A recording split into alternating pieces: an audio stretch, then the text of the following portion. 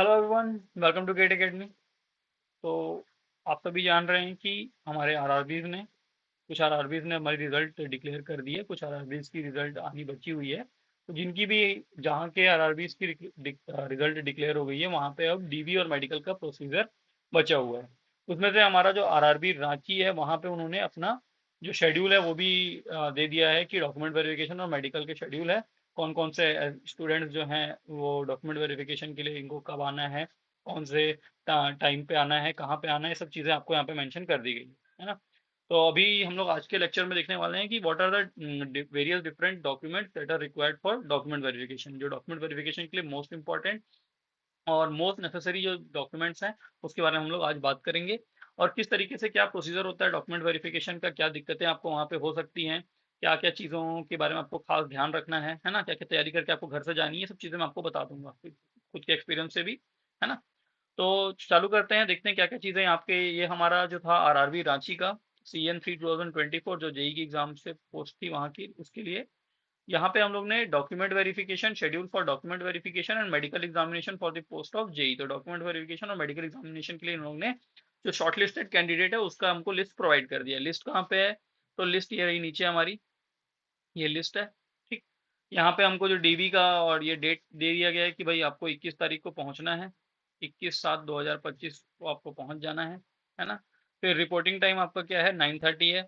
आप अपना अपना देख लीजिएगा जो भी है, क्योंकि दिन में डॉक्यूमेंट वेरिफिकेशन में मुश्किल से 10 से 15 मिनट लगते हैं, भले आपको वेट पूरा करना पड़ता है, बिकॉज जब तक सभी लोग का डॉक्यूमेंट वेरिफिकेशन नहीं हो जाता तब तक आप सबको छोड़ते नहीं है वो लोग, है ना। तो वो हर एक बंदे का 15 मिनट से ज़्यादा का प्रोसेस नहीं है। ठीक, बट क्या है, सबको अलग अलग टाइम दे दिया गया। अच्छी बात है ये कि प्रॉपरली आपको यहाँ पे टाइम दिया जा रहा है। हमारे समय में तो हमको तो बहुत सारे लोग एक साथ आ गए थे, 30-40 लोग एक साथ हो रहा था डॉक्यूमेंट वेरिफिकेशन। यहाँ तो काफ़ी कम है, 17-18 लोग का हो रहा है वेरिफिकेशन। ठीक है, अब जिस टाइम आपका डॉक्यूमेंट वेरिफिकेशन होगा, आपको डॉक्यूमेंट वेरिफिकेशन हो जाने के बाद आपको क्या करेंगे, एक मेडिकल मेमो प्रोवाइड करेंगे। ठीक, और उस मेडिकल मेमो में लिखा रहेगा कि आपका भाई ये बंदे का नाम है, जैसे कि आपका जो भी नाम है, प्लस वो एक आपका क्या रजिस्ट्रेशन आईडी था या रोल नंबर कुछ उसमें मेंशन रहता है, प्लस वहाँ पे एक और चीज मेंशन रहती है कि आपको इस तारीख को इस डेट पे आपको इस मेडिकल हॉस्पिटल में, रेलवे मेडिकल हॉस्पिटल में पहुंच जाना है। ठीक है ना, तो उस चीज का आपको ध्यान रखना है और आपको वहाँ पे उस समय पे पहुंचना है। ठीक, तो हम लोग देख लेते हैं यहाँ पे नोटिफिकेशन वगैरह की चीजें दी हुई हैं कि कैंडिडेट्स जो है यहाँ पे जिनका रोल नंबर दिया गया है, ये प्रोविजनली शॉर्टलिस्टेड कैंडिडेट्स हैं। ठीक है, यहाँ पे ऐसा कोई वो नहीं है, रैंक वाइज नंबर नहीं दिए रहते हैं जनरली। एक बोलना चाहिए कि असेंडिंग ऑर्डर में या डिसेंडिंग ऑर्डर में यहाँ पे नंबर आपको डॉक्यूमेंट वेरिफिकेशन के लिए दे दिए जाते हैं, है ना। Candidates are reported by the schedule date and time mentioned below. और ये रेलवे रिक्रूटमेंट कॉम्प्लेक्स जो है यहाँ पे लिखा हुआ है। आपको जो भी अगर रांची के स्टूडेंट्स हैं जिन्होंने एग्जाम को क्लियर किया है, तो उनको इस जगह पे पहुंचना है। ठीक है, आप जब यहाँ पे पहुंचे तो तैयारी करके पहुंचे यार। अगर आपका घर पास में है तो अच्छी बात है, आप नेक्स्ट डे क्या है मेडिकल के लिए जा सकते हैं, जहाँ पे भी वो भेजेंगे आपको। लेकिन अगर आपका घर दूर है तो आप अपनी 2-3 दिन की तैयारी करके आइएगा, बिकॉज मेडिकल में भी समय लग जाता है कभी कभी। ठीक, नेक्स्ट क्या है, आपको आपके रजिस्टर्ड मोबाइल नंबर, आपके रजिस्टर्ड ईमेल पे आपको अलर्ट जाएगा। ठीक है, आपको आरआरबी वहाँ पे लिंक प्रोवाइड करेगा ई कॉल लेटर डाउनलोड करने के लिए, और उस ई कॉल लेटर के साथ में आपकी लिस्ट लगे रहेंगे कि आपको क्या क्या चीज़ें देनी है। लास्ट टाइम का क्या था वो मैं आपको दिखा देता हूँ। ठीक, ईडीवी आपको केयरफुली पढ़ना है।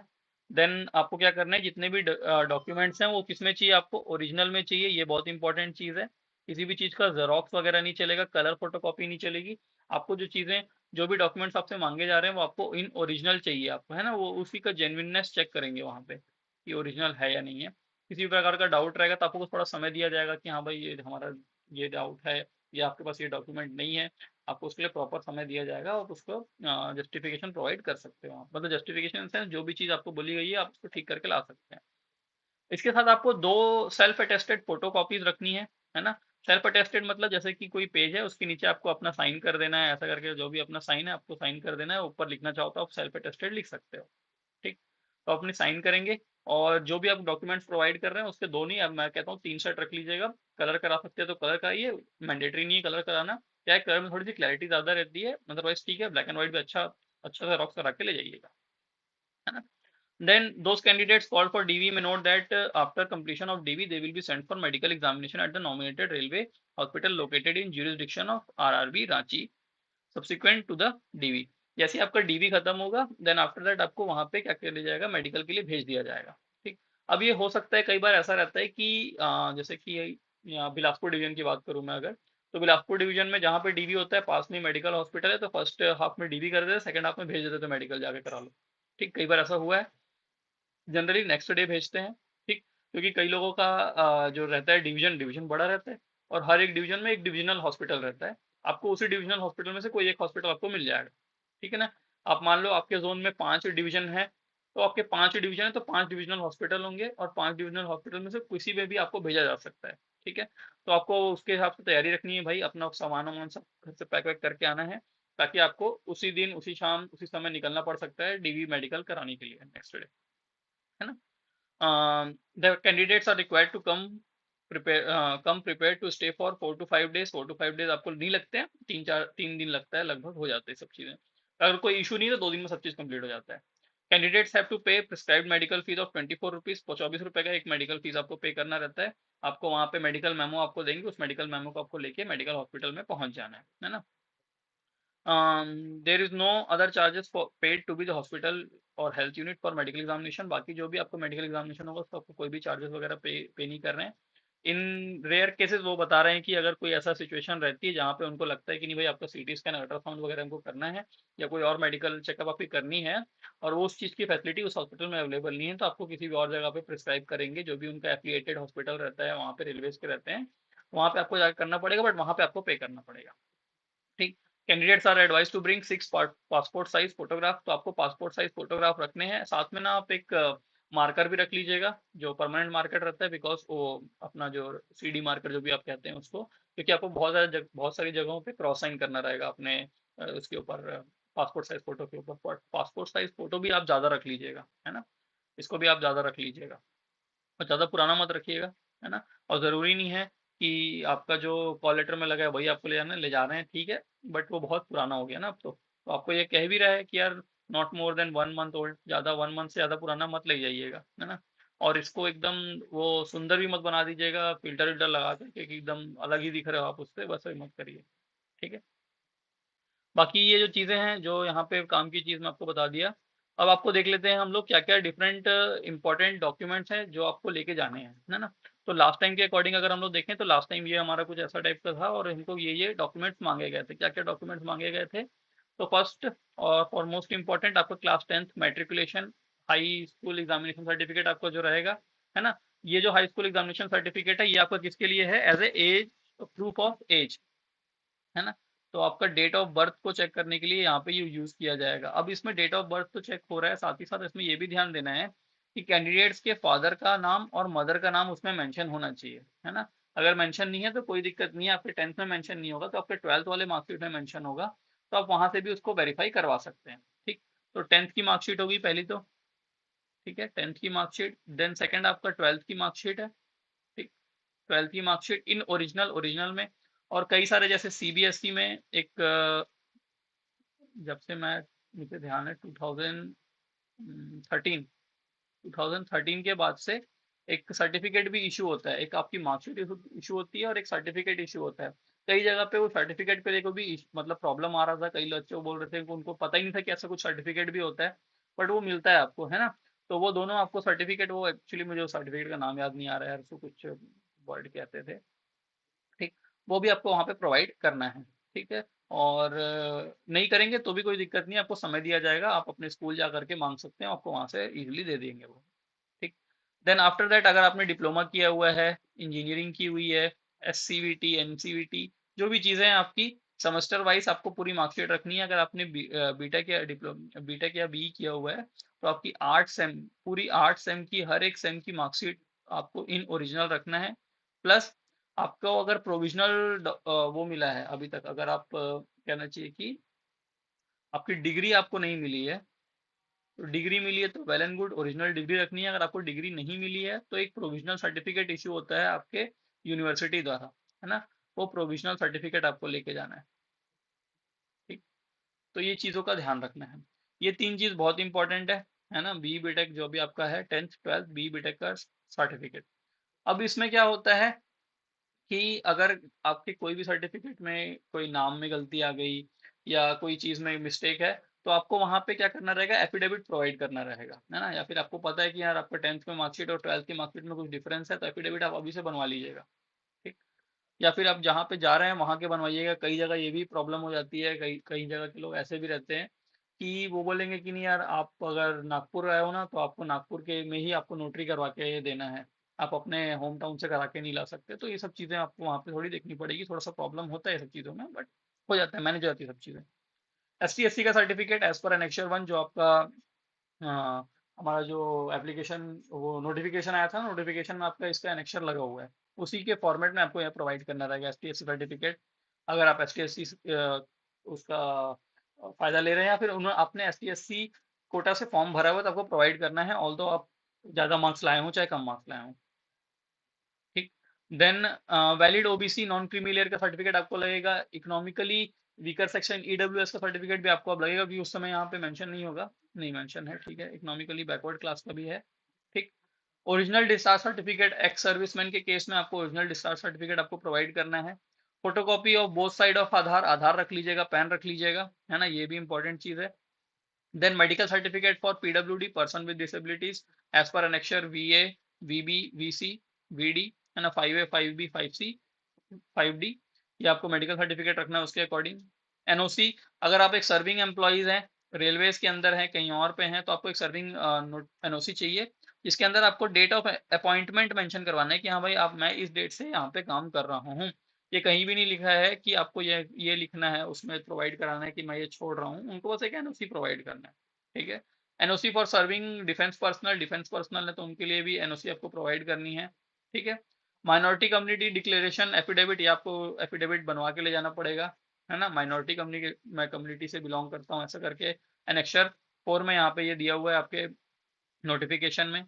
गेजेटेड नोटिफिकेशन और any legal document in case of formal change of name, अगर आपने नाम चेंज किया है तो उसका गेजेटेड नोटिफिकेशन या कोई लीगल डॉक्यूमेंट आपको प्रोवाइड करना पड़ेगा। Variation in spelling in name, father's name और in online application and original certificate documents, candidates are required to submit relevant affidavit executed before magistrate or notary or required stamp paper starting that stating that the referred person is certificate is one and same on the date of verification।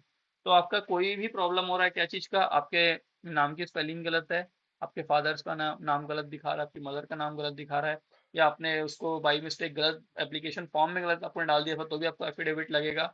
Original certificates के अंदर, documents के अंदर, then आपको ये क्या कर, कोई भी आप सर्टिफिकेट प्रोवाइड कर रहे हो उसके अंदर कोई भी ऐसे किसी प्रकार का कोई मिस्टेक है, त्रुटि है, तो आप उसको सही करवा लीजिएगा। अगर आप जम्मू कश्मीर के कैंडिडेट हो तो आपको वहाँ का डोमिसाइल सर्टिफिकेट आपने अगर उसका फायदा लिया है तो आपको प्रोवाइड करना है ना। Certificate of eligibility for government of India para, ये ठीक है, नेशनल इतना ही कुछ खास नहीं है।